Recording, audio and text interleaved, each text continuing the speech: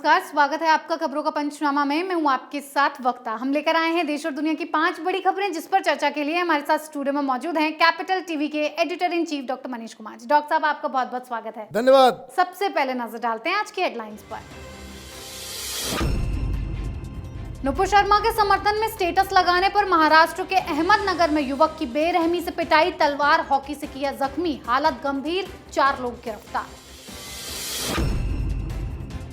काले धन को सफेद करने और फर्जी कंपनियों के मामले में फंसे पार्थ अर्पिता, ईडी खंगाल रही। अर्पिता पार्थ से जुड़े 50 बैंक खाते, 14 शेल कंपनियों से जुड़े तार। अरविंद केजरीवाल ने पहली बार खेला आदिवासी कार्ड, गुजरात की जनता से किए 6 बड़े ऐलान, सरकारी नौकरी, फ्री बिजली का देंगे तोहफा। सीएम गहलोत के रेप पर विवादित बयान से गरमाई सियासत, बोले रेप के बाद फांसी की सजा से बढ़ी मर्डर की घटनाएं। बीजेपी बोली बलात्कारियों के बने मनोवैज्ञानिक। ईडी कस्टडी में भी संजय राउत ने लिख दिया सामना में लेख, मुंबई को आर्थिक राजधानी किसने बनाया, गुजरातियों ने या फिर मराठियों ने।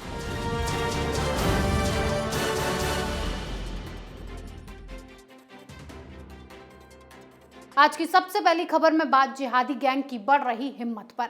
तमाम सख्तियों के बाद भी नुपुर शर्मा का समर्थन करने वालों पर हमले होना खत्म नहीं हो रहे। लगातार जिहादी सर तन से जुदा करने का काम कर रहे हैं। इन जिहादियों ने महाराष्ट्र के अहमदनगर जिले में प्रतीक पवार नाम के युवक को तलवार हॉकी से जमकर पीटा, जिससे उसकी हालत गंभीर बनी हुई है। इस युवक ने अपने व्हाट्सएप पर नुपुर शर्मा की डीपी लगा रखी थी और कई लोगों को भी वो नुपुर के समर्थन के लिए जुटा रहा था, जो इस कट्टरपंथी गैंग को रास नहीं आया। डॉक्टर साहब, सरतन से जुदा करने का ये खेल कब तक चलता रहेगा? इस पर सरकार कोई कार्रवाई करेगी नहीं?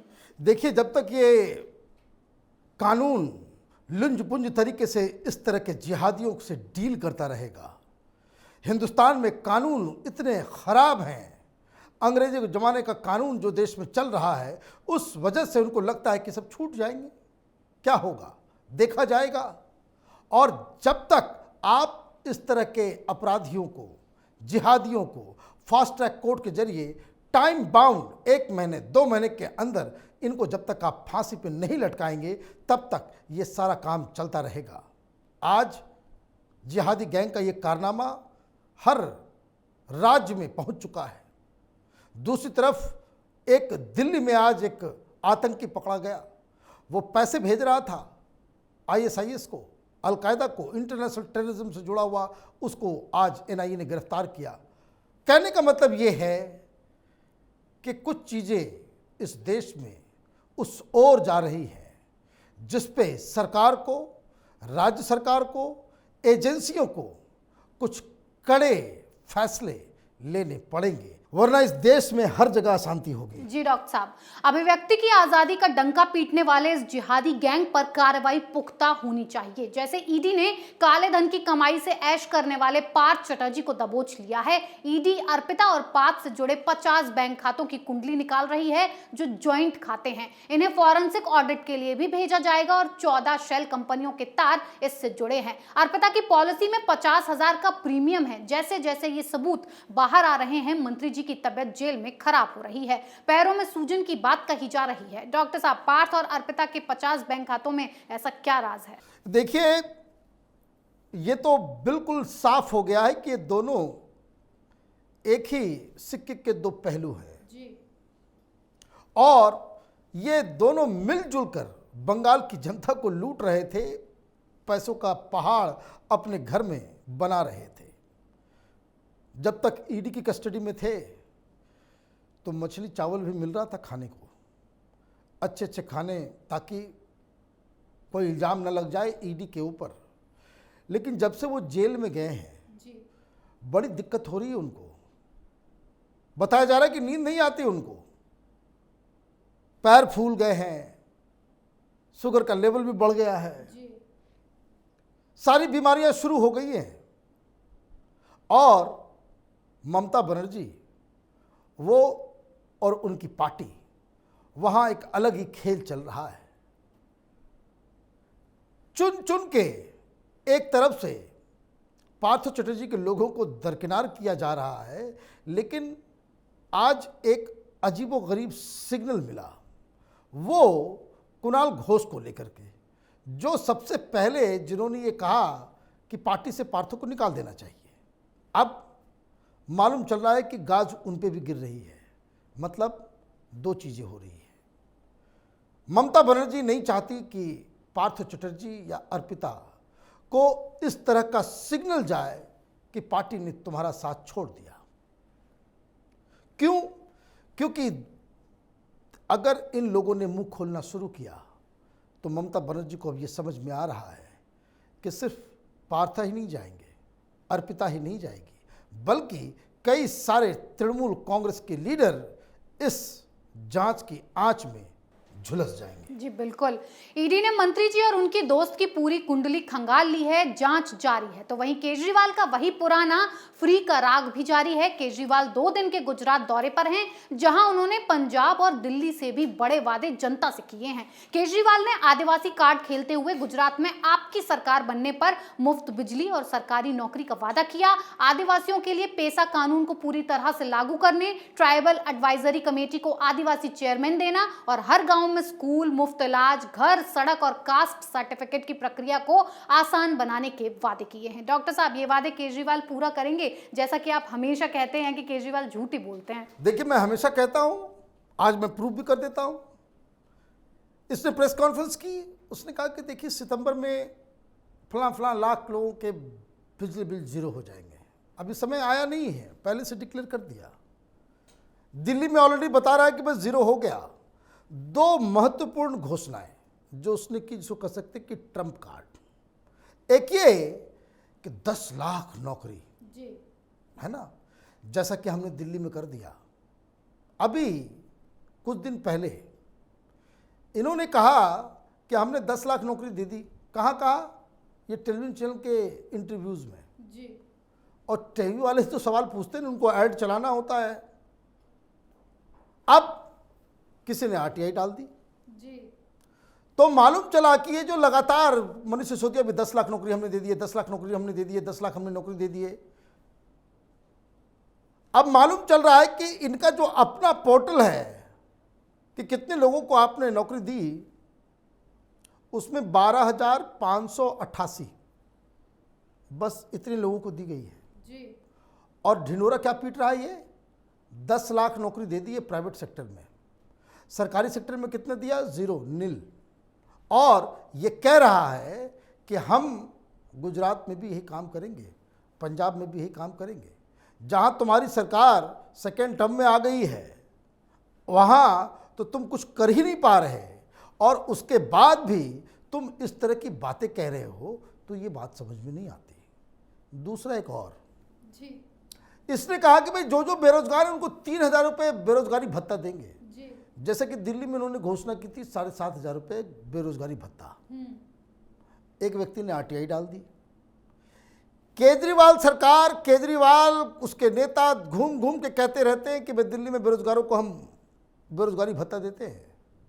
तो एक व्यक्ति ने आरटीआई डाल दी कि भाई कितना देते हो, कितने लोगों को देते हो। जी। तो वहां से जवाब आया, ऐसी कोई योजना ही नहीं चल रही है दिल्ली में। कितना बड़ा फ्रॉड है ये, कितना बड़ा फ्रॉड है। और ये घूम घूम के कह रहा है कि भाई हम ये सारा काम करवा देंगे। अब कोई इससे पूछे कि दिल्ली में जो अनएम्प्लॉयमेंट रेट है, दिल्ली जैसे शहर में जहां इतनी सारी कंपनियां बाहर से भी आती हैं, देश से भी आती हैं, लोग अपनी अपनी अलग अलग जगह मैन्युफैक्चरिंग यूनिट कहीं लगाते हैं, लेकिन हेडक्वार्टर दिल्ली में से ही ऑपरेट करते हैं। यहाँ मीडिया है, यहाँ सब कुछ है।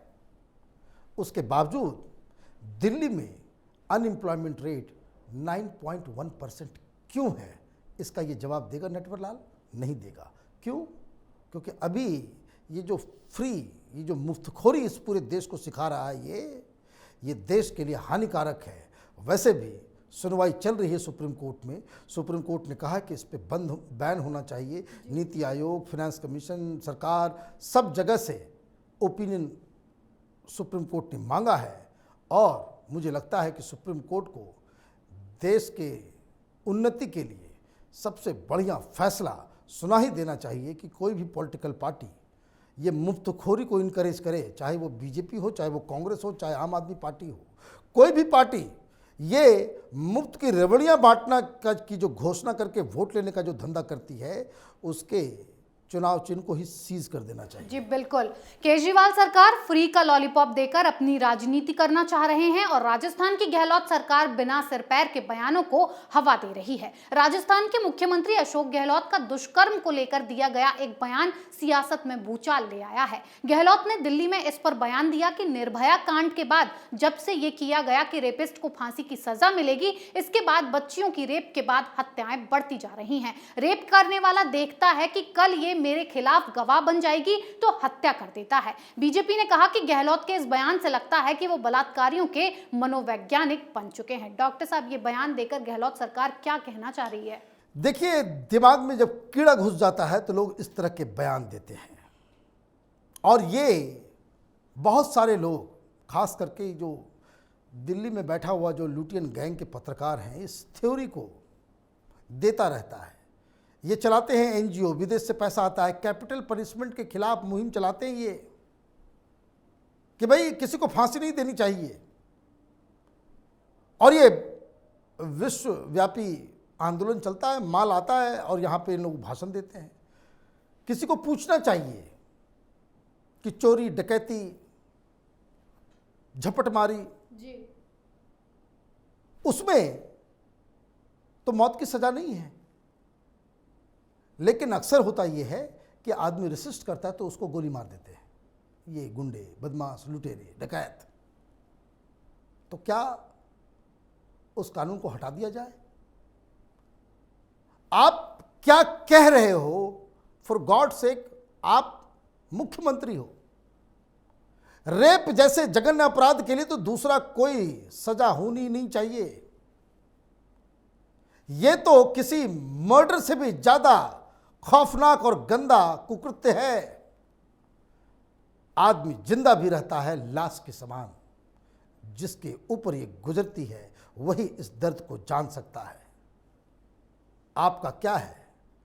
भाषण देना है तो आप भाषण दे देते हैं। जी डॉक्टर साहब, गहलोत सरकार के इस शर्मनाक बयान की निंदा हो रही है, लेकिन संजय राउत भी कुछ कम नहीं है। वर्षा राउत से ईडी अधिकारियों ने 9 घंटे तक पूछताछ की। वर्षा राउत और संजय राउत को आमने सामने बैठाकर सवाल जवाब किए गए। इतना सब कुछ होते हुए भी संजय राउत का लिखना नहीं थमा। हर रविवार की तरह उनका आज भी सामना में रोक टोक नाम से लेख छप गया। हर बार की तरह इस बार भी उनका लेख कंट्रोवर्शियल है कि मुंबई को आर्थिक राजधानी गुजरातियों से बनाया या मराठियों ने। डॉक्टर साहब, संजय राउत का इस लेख के पीछे क्या मकसद है? वो किसे क्या बताने की कोशिश कर रहे हैं? देखिए, मुझे नहीं लगता है कि उनको लेख लिखने की छुट्टी दी गई होगी जी। उनके परिवार के लोग मिलना चाह रहे थे, उनको मिलने नहीं दिया जाता। ये एक आरोपी है, कुछ दिन के बाद ये जेल जाएंगे। ये कोई फ्रीडम फाइटर है कि जेल के अंदर उनको स्पेशल सुविधा दी जाएगी कि आप वहां से लिखने पढ़ने का काम करें? ये तो उसका तो मतलब ये है कि ये तो उसका प्रोफेशन है। तो फिर जेल जाने का, कस्टडी में रखने का मतलब ही क्या है? दरअसल होता ये है कि बड़े बड़े देश में जो एडिटर हैं, बहुत सारे लोगों को मैं जानता हूँ, वो अपना एडिटोरियल, अपना लेख भी अपने किसी स्टाफ से लिखवाते हैं। किसी जूनियर को कह देते हैं भी लिख डालो। जी। ये केस वैसा ही लग रहा है। फॉर्जरी करने वाले, भाई आप क्या अपेक्षा करते हैं? जो लोग 650 गरीबों के सिर से छत उड़ा ले जाए, घोटाला करे, पैसे कमाने के लिए इस तरह के कामों को अंजाम दे, जो व्यक्ति सचिन वाजे जैसे दुर्दांत अपराधी को प्रोटेक्ट करने की कोशिश करे, जो वसूली मास्टर अनिल देशमुख को डिफेंड करे, दाऊद के साथ रिश्ते रखने वाले नवाब मलिक को डिफेंड करे, उससे क्या आप उम्मीद करते हैं? तो यही हो रहा है। किसी को कह दिया होगा इसने कि भाई लिख डालो, लेकिन इन्होंने जो लिखा है वो राजनीति से प्रेरित है। ये गुजरात, मराठा, ये यही सब काम करेंगे ये। खैर, मुझे लगता है कि जेल के बाहर, जेल के अंदर वो जब जाएंगे तो ये लिखना पढ़ने का काम भी बिल्कुल बंद हो जाएगा। जी डॉक्टर साहब, बहुत बहुत धन्यवाद इतनी जानकारी। धन्यवाद। खबरों का पंचनामा में आज के लिए इतना ही। देश विदेश की बाकी खबरों और उनके सटीक एनालिसिस के लिए देखते रहिए कैपिटल टीवी। हमें लाइक कीजिए, शेयर कीजिए और कैपिटल टीवी को सब्सक्राइब कीजिए। नमस्कार।